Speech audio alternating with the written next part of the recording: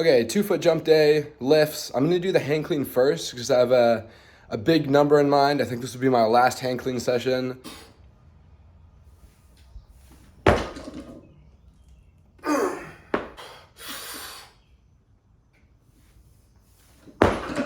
Oh, that's light, man. I'm power.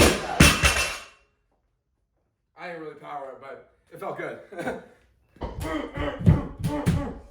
Ah! Ah!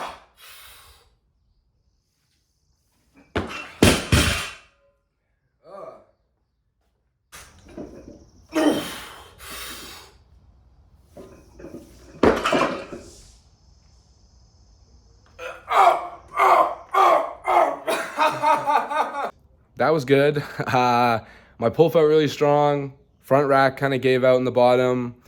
Well, the catch wasn't all bad though because I kept my knees forward. I had some ankle dorsiflexion. A lot of times my shins just go like perpendicular to the ground, like straight up, and I like rock back. There it is. I am gonna do a little standing warm up for this dunk and then do it with a 2-foot approach. I have to move some of my standing and 1-foot jumping onto this 2-foot jumping day. In certain ways I have to fit it in because I don't have a separate day for that anymore. I'm now doing 3-day cycles. It's just the same 3 days, keeps repeating. It's 2-foot jump, big lift, rest, and then a little upper body on the 3rd day, and then it just keeps repeating like that. I mentioned in the last video I was a little unsure about what training I was gonna do leading up to dunk camp, and I think that's because there isn't much to do. Like I've put in all the work this year. I just need to jump to realize that. And yeah, I've been on high volume the whole year. I've been training like every day or 5 to 6 days a week. So this is going to be a little change, but I think it's going to be really helpful to take the volume out. I want to talk about this concept of like having volume to take out real quick. So it kind of runs along the same lines as like the reverse curve of volume and intensity, but not really. Honestly, my intensity is high all year, so that doesn't really apply. But having volume to take out just means that like if I'm right now in this current block, I'm going to be resting like 66% of the time basically. That's going to be effective because I'm used to resting like 20% of the time, right? But like if you just went from resting like 50% of the time to resting 66% of the time, you're just going from low volume to lower. So you don't really get as much of that like response from your body as like, whoa, we have all this extra time and energy to recover. Like, this is great, you know? 8-10. Man, really? Okay. 9-1. Oh, I just flew sideways. That was better. All right, I'm gonna go in another direction with this session. I'm gonna try distance behind the backs on 8. I'm not super worried about the height. I just want to get that flying feeling. And yeah, I've talked about why I think distance dunks are good in the past. It's good to learn variable jump mechanics. Nice.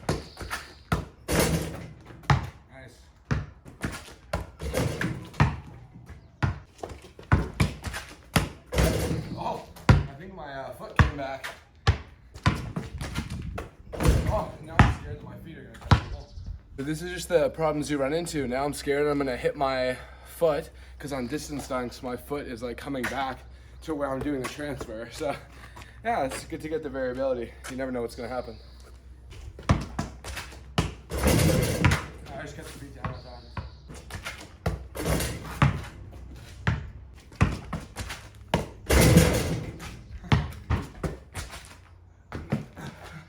More distance.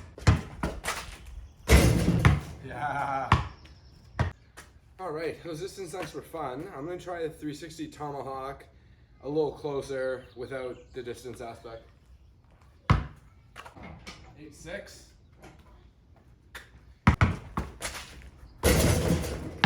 Yeah.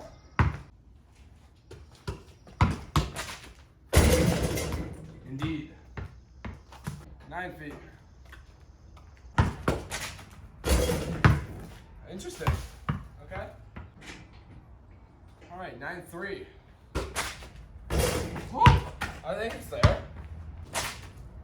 Oh my god! Woo! Nice. Okay, moving on to granny lobs on like 7-10. I'm gonna do an East Bay to warm up, but we're gonna get on to under both.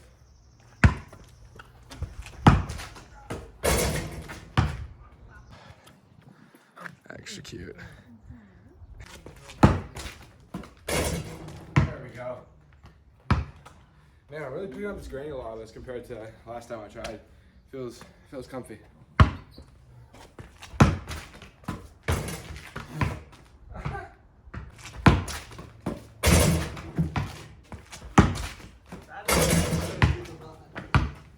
Oh, starting to feel natural. Awesome.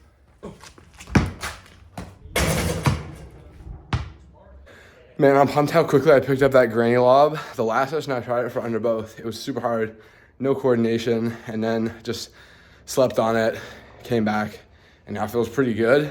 I tend to tell people that a lot when I'm working with them. It's like, I can coach you, I can give you the cues right now, but sometimes you just need to take a night's rest and a couple days away, and like the second time you come back, this skill is gonna be so much easier. And that's really the thing with skill acquisition that's unfortunate, is like people try it once and they're like, wow, this is hard. They get a disproportionate idea of how hard something is. And if you try it like literally just the second time or like a third time, you would get that little boost of picking it up. And from there, even from there, like moving the needle isn't going to get hard for like a couple of months, especially if it's a new skill. So yeah, anyways, I'm pumped. Basically just doing front squats till my elbows drop.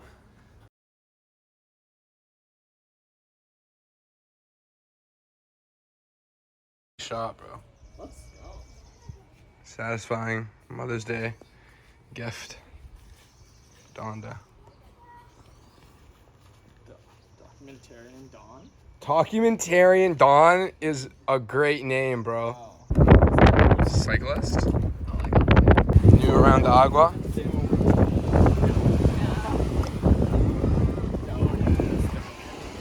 Oh, that's a little scary. It's a little scary. Bro. Why are they so big? I've never noticed them. They're enormous. They become like bigger in the water. The fur. Expanding? What's this? So it is Mother's Day today. My mom's overseas right now, but I gave her a call this morning, and then my sister and her boyfriend plus me are gonna work on a gift for her. I really appreciate my mom's parenting approach. She gave me a ton of freedom as a kid and now to do like whatever I wanted, but she surrounded me with a ton of really good influences. She's super high effort parenting, but not too hands-on. Yeah, she's my favorite person for sure. And I'm pretty happy with where I am today. So thanks, Mom. Or I should say I'm happy with who I am. I get upset about like where I am often, beat myself up over it, but like I'm really happy with who I am on a daily basis. So yeah, I'm sure everyone is pumped that it's Mother's Day. The last word today is going to be mom.